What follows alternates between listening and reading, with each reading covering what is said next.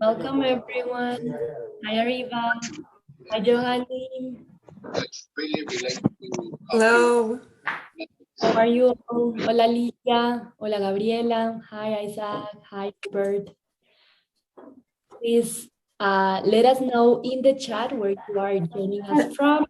We will give 1 more minute for our colleagues to keep joining, and we will begin shortly. Thank you all for participating.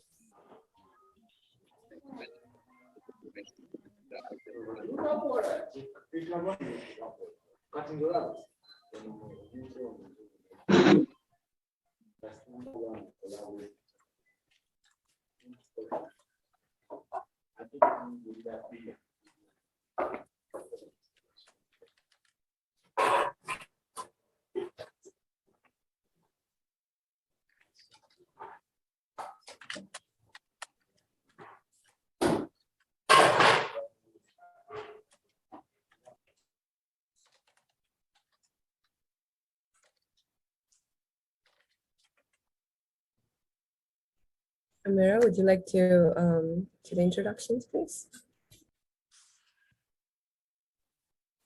Hi, everyone. So we are on our 4th of 4 webinars here, and we're looking over steps 7 and 8, which focus on user training and maintenance, repair, and follow-up. And we will have 3 people presenting today, me, Krithika, and Sarah, and all 3 of us are presenting work done on behalf of the ISWP Integration Subcommittee. So we have 5 learning objectives for this webinar. The first is to give you a little bit of background about the ISWP as well as the WHO 8 steps. So for those of you who have attended these webinars over the past few weeks, this will be a review for you. We'll talk a bit about our project methodology and our results, and then we'll spend the bulk of the time going over our specific results for the steps 7 and 8 and give you a few resources at the end. Thank you, Mira. So see familiar faces here. So this is again a review. So I will be sure to go over them very quickly. So we can jump straight up to the content for 7 and 8, step 7 and 8. So as a background, 17 million people require an appropriate wheelchair to enable them to participate in their communities. The World Health Organization estimates that only 15% have access to the products and services they require. So lack of appropriate trained personnel to provide the services is one of the key barriers to meeting the global wheelchair need. The enactment of the United Nations Convention on the Rights of Persons with Disability and the publication of the World Health Organization's guidelines on the provision of manual wheelchairs and wheelchair personnel training packages raised global awareness of the immense and urgent need. So these are the some of the global organizations and initiatives promoting assistive technology. So the Global Alliance of Assistive Technology Organizations, GATE, is part of the WHO, and we have the ISPO and ISWP. So ISWP was established in 2015 to serve as a global resource for wheelchair service standards and provision through advocacy, training and testing, standards, evidence-based practice, innovation, and a platform for information exchange. So University of Pittsburgh's extensive experience in wheelchairs and mobility enabled us to receive a grant to launch the International Society of Wheelchair Professionals in 2015. We are funded by the United States Agency for International Development, also known as USAID. And so we focus on improving the lives of wheelchair users, especially those in less resourced countries, by advocating for governments to pay for appropriate wheelchairs and services, training clinicians on fitting clients with appropriate wheelchairs, and educating wheelchair users on how to use and maintain their wheelchairs. Improving the quality of wheelchairs by working with manufacturers, suppliers, and wheelchair technicians. Everything we do is based on research and/or has the opportunity to contribute to additional research to improve the lives of wheelchair users worldwide. So today we are going to focus on the training and education. So this project is part of the training and education initiatives. And I would also like to take this opportunity to share some of the other training and education initiatives, and you're more than welcome to explore them in our website. So the basic and intermediate test, the trainer recognition, academic training partners, mentoring, and finally our revision of the ISWP online modules. So the integration subcommittee falls under the training working group. We have 10 members from various universities and nonprofit organizations. The purpose of this committee is to integrate wheelchair provisioning into pre-professional training curricula via evidence-based training materials and methodologies. So the starting point for ISWP online courses has been is the release of the WHO wheelchair service training packages over the years. So we started off with the release of ISWP basic level online course in the year 2016. Before that, so the foundation of our online course is the WHO's 8 steps. So you can find them, like almost all our online courses, freely open access on our website. And these are some of the languages we have our online courses available in. So the basic package alone is available in 4 different languages: English, French, Portuguese, and Spanish.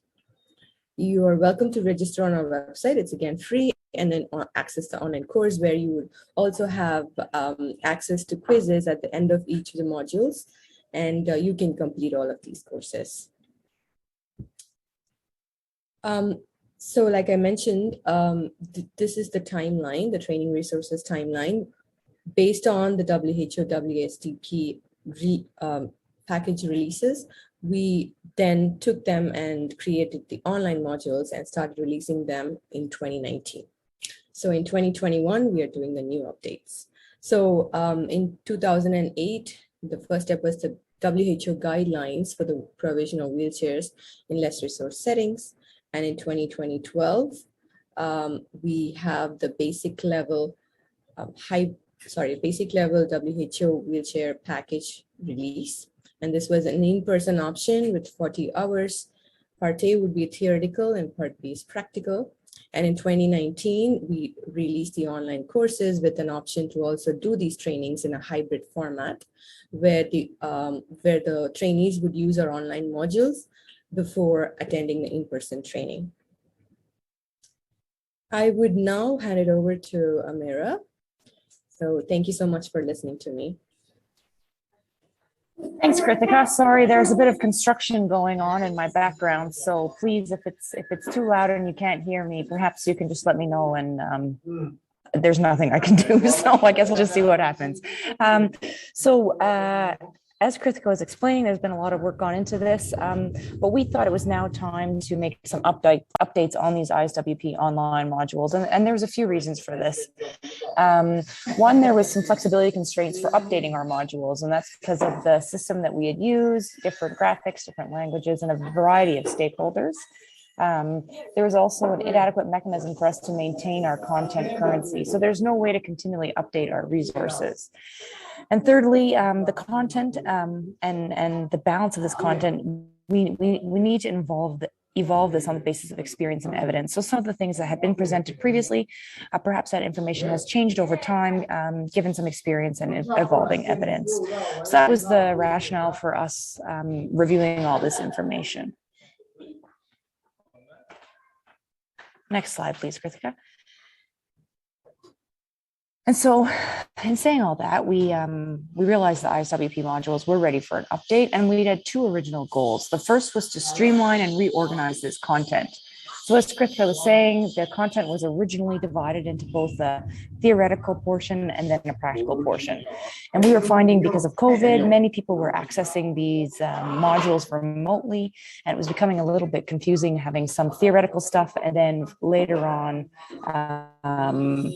duplicating this in terms of the practical content. So we thought we needed to put everything about the same information needed to be in one spot. And then we also wanted to update some of that content as well. So those were our first original goals. So how do we go about doing this? Well, we had as Krithika mentioned, we were a small group of 10. And so what we did was we reviewed the WHO basic level reference manual. As a group of 10, we went through that. It took us 8 months as a group of 10. We were going through that module, giving our comments. Once we had done that, we divided the information into specific topics, and we sent those topics to a variety of subject matter experts for further review of our recommendations. And then a small team of the integration subcommittee, so Krithika, Sarah, and I created these webinars with all the updated information that we had collated over the 2 years.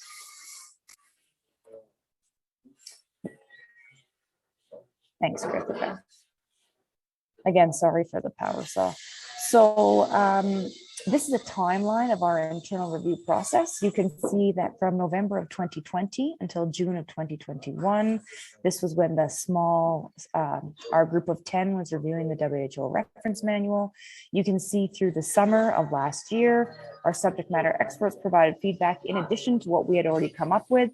And then over the fall, the three of us met to incorporate the feedback of the subject matter experts in order to weave that into our 10-person review.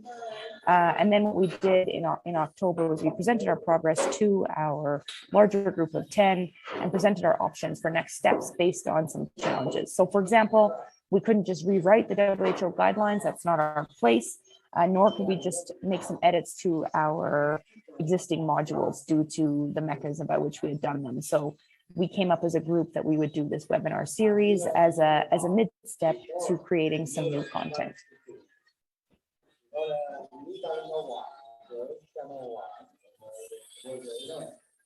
So you can see that we actually ended up having more than 2 results. So we had originally thought we wanted to streamline the content or reorganize it, and you can see that in pink. And we'd also wanted to update our content, and you can see that in blue below. But what actually ended up happening was because of our subject matter experts, it seemed that a lot of our terminology needed updating as well. So we put that as a third result. So you can see that we updated our terminology, we changed some of the organization of the information, and then we did go ahead and update some content. And so throughout this presentation, we've donated our organization, content, and terminology with the various colors and symbols that you see there on the slide. Next one, please, Krithika. So now let's look at the terminology that we changed throughout step 7 and 8.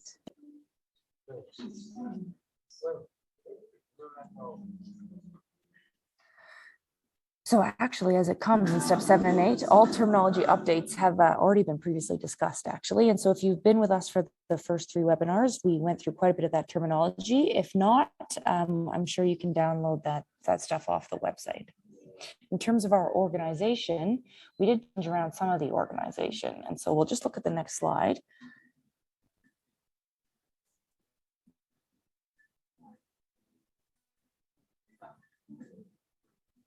And what you can see here is that for steps 7 and 8, more so than any other of the steps, we took information from a variety of places. So you can see that we took information about wheelchair mobility and pressure sores in A3 and A5. We did start calling the word pressure sores pressure injuries, but you can see that we have A3 and A5 as well as A8 transfers. That theoretical information from the WHO modules on the far left has been moved down into our steps 7 and 8.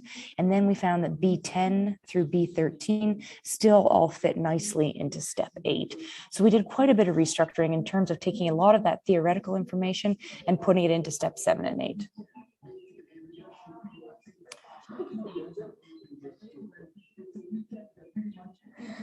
So pressure redistribution, we did introduce this information in the introduction section because pressure injuries are referenced throughout the 8 steps. And so I noted there that it was moved to step 7. So actually what we did, this was the only topic that we presented twice.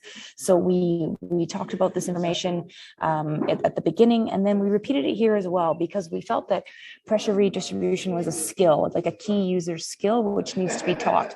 So that's why it was put in the user skill training.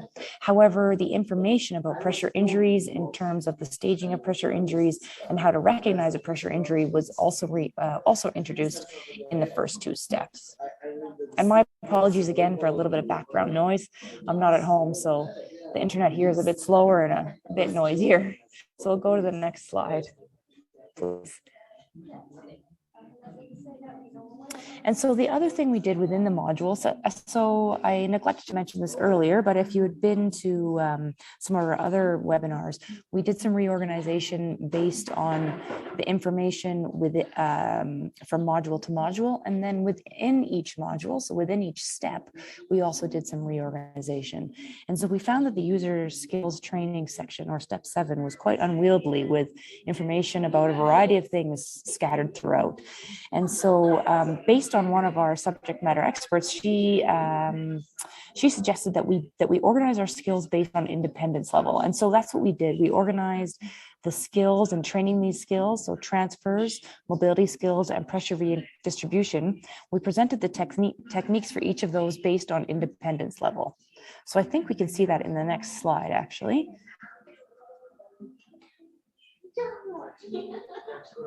Yeah, so what you can see here, for example, is if we have transfers, and you can see at the top we have transfers, and then to the left you can see if you're independent, we showed methods for a sitting pivot transfer, a standing pivot transfer, and from ground to wheelchair transfer. And then if you see on the right, we see assisted. And we showed assisted transfers with both a transfer board or with a lift.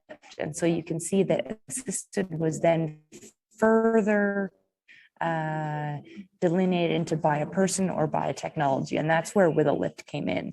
So some of these things, not only did we reorganize it, we did add more content. So for example, transfers with a lift was not something that was currently that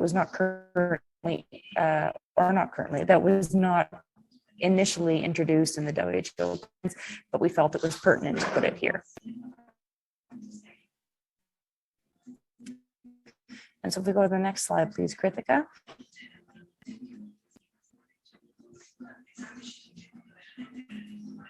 So you can see that the wheelchair skills, we also did similar organization. So we had independent as well as assisted skills, and those skills range from pushing in a straight line to theirs. And we show these skills based on an independent user as well as an assisted user by 1 or 2 caregivers.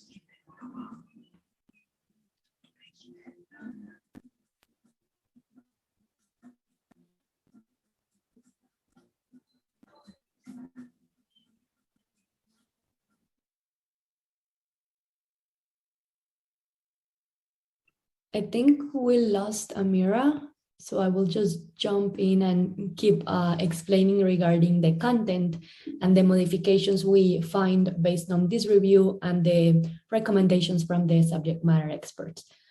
So if we can go to the next slide, Kritika. So regarding user training, which is step 7, one of the 2 steps that we review during this portion, we realize that it is integral for the successful wheelchair use. And this training includes a lot of different things, which are how to use the wheelchair.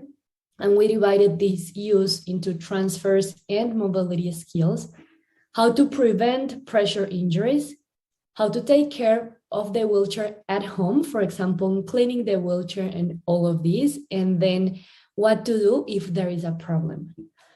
So in the next slide, we can see this little graph regarding all of these different user training skills, that most of these are already within the WHO and ISWP online module. So once again, wheelchair handling, transfers and mobility skills. And as Amira just mentioned, this is divided in independent and assisted. And in transfers, particularly the assisted is divided by a person or by technology.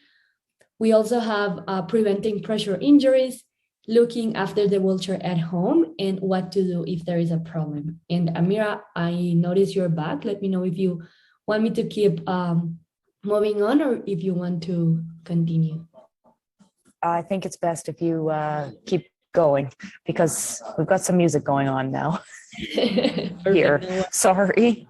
No, you're totally fine. So if we go to the next slide, Kritika, we can see these modifications and what we had added, and now we will focus particularly on the content for transfer skills and mobility skills. So as I mentioned, particularly for transfers, independent and assisted by a person or by technology. And if we have one more slide, we have even more information regarding each of these type of transfers. So for independent transfers, we have sitting pivot, standing pivot, and from the ground to the wheelchair. And for assisted, we have with a transfer board or with a lift, particularly by technology. So what we aim is to add videos regarding all of these different types of transfers, as we already have for skills, and I will show you that on a second. But we are pending to create and add these particular videos on how to train the wheelchair users to do different transfers. And now let's look at the mobility skills. Once again, independent skills and assisted skills. And in the next slide, we can see all of the different types of the skills we have. So the user needs to be able to push, turn, go uphill, downhill, do a partial wheelie, a full wheelie, go up a single curb, down a single curb, upstairs and downstairs.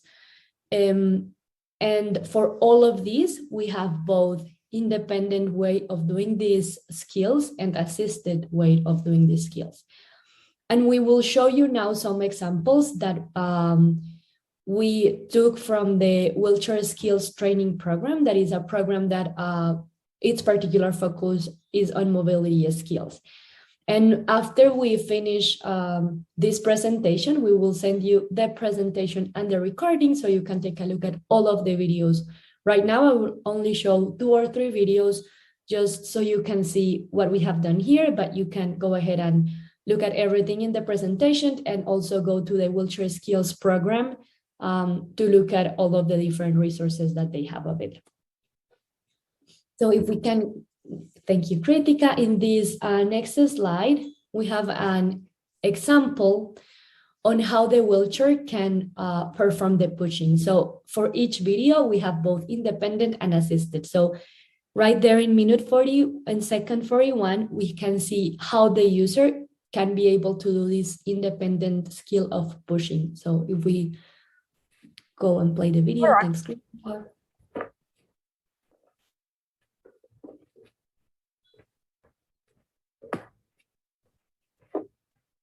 So as you can see, there is an appropriate propulsion method. There is a spotter right behind the user in order to make sure the person is actually safe and will do the skill in an appropriate way. And then we have the example on how to do this for assisted pushing. All right, so first thing I'd like you to do is just push the chair to the end there, stopping before you hit the wall. Okay. Whenever you're ready.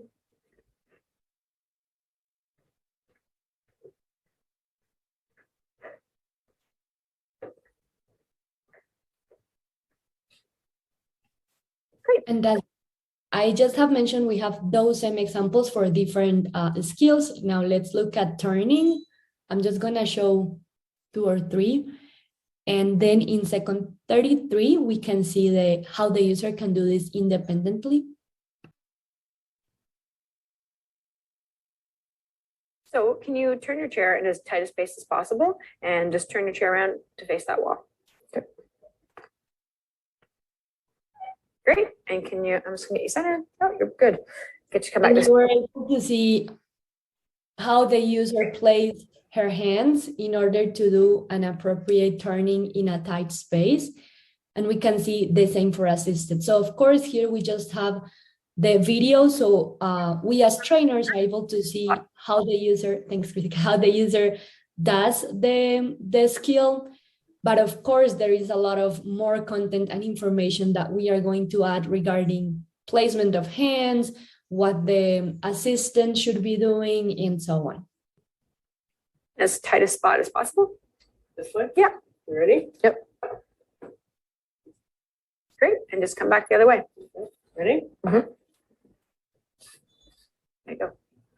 So another important good practice that sometimes we forget is asking the user, are you ready? We're gonna do this now, and so on.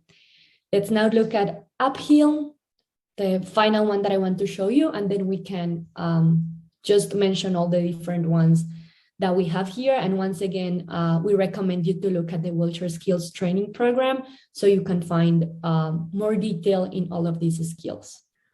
So Up just this first ramp. Okay.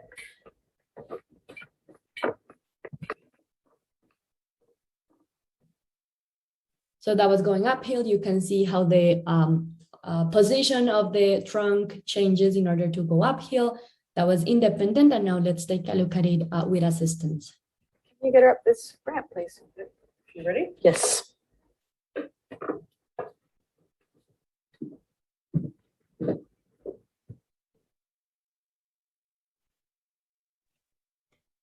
And as those, we also have different videos for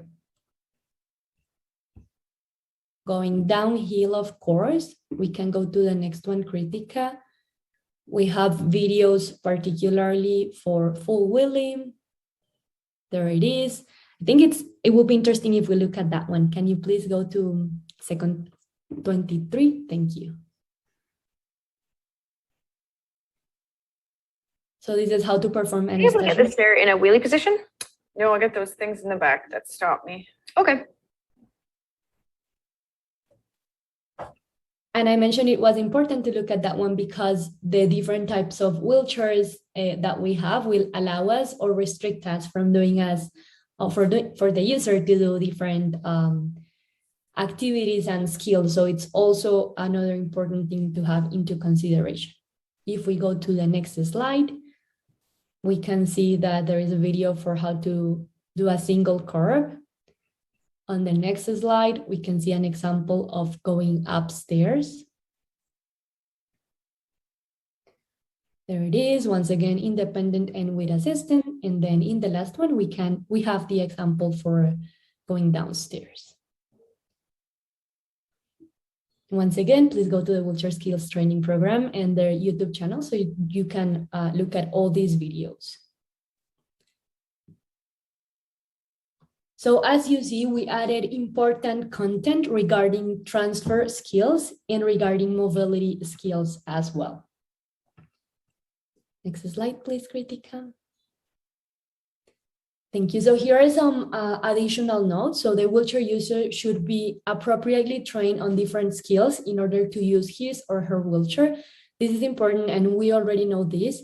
But one main thing that we want to discuss here is that more than one session is needed to ensure this appropriate training. So either step 7 is just one step within the 8 WHO steps. It is important to take into consideration that maybe we will need different sessions for fulfilling that step. So evaluating the user, understanding what he or she needs in order to skills, mobility skills, transfer skills, and so on, and then doing different sessions to make sure the user accomplishes all of those things that they need to accomplish. So as already mentioned, the main resource that we used for this particular step or these steps is the Wheelchair Skills Program, and we want to especially thank Lee Kirby and Karen Rispin for their assistance within these 2 modules. So remember that this was the 4th webinar. The link is already in the chat in case you missed the other 3 webinars. We discussed steps 1 and 2, 3, 4, 5, and 6, and in this one, 7 and 8. And our aim is for you to be able to notice these new changes, these updates regarding the literature and regarding new information from subject matter experts, so you can start adding those within your different trainings and activities that you do in wheelchair service provision. Thank you all for being here during these 4 webinars. Most of you were part of all of those, and we really appreciate your time. And now we have some time to discuss and share comments or questions that you may have.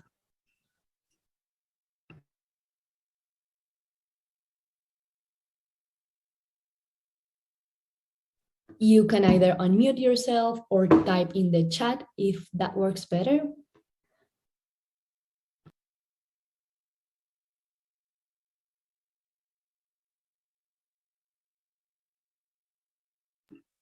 Thank you, Johali, and thanks to all of the ISWP Integration Subcommittee members and all of our hard work.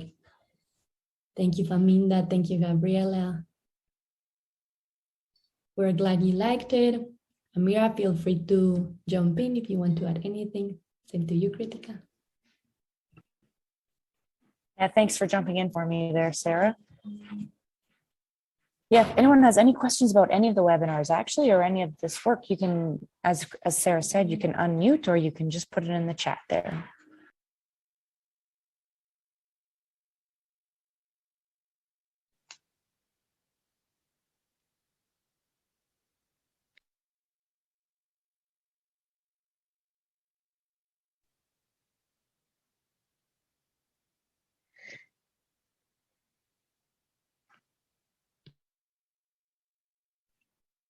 I'm not seeing any questions in the chat. I saw Gabriela unmuted herself briefly.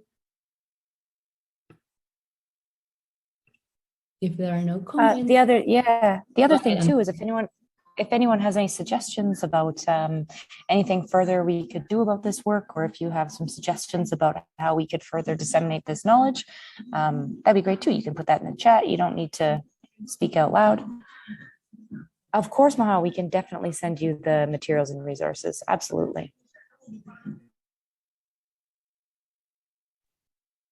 And I also wanted to invite you to keep this conversation going, either through social media or just email Kritika or myself or Amira to just keep this conversation going and keep improving the way we both deliver wheelchairs as well as deliver wheelchair training. So thank you, Ali. Thank you, everyone, once again. And we hope to see you soon in another of our ISWP webinars. Thank you, everybody, for your time, and especially to Amira and Sarah for helping us with this great webinar series. Thank you, everybody. Have a great morning, afternoon, or evening. Thank you. Bye. Bye.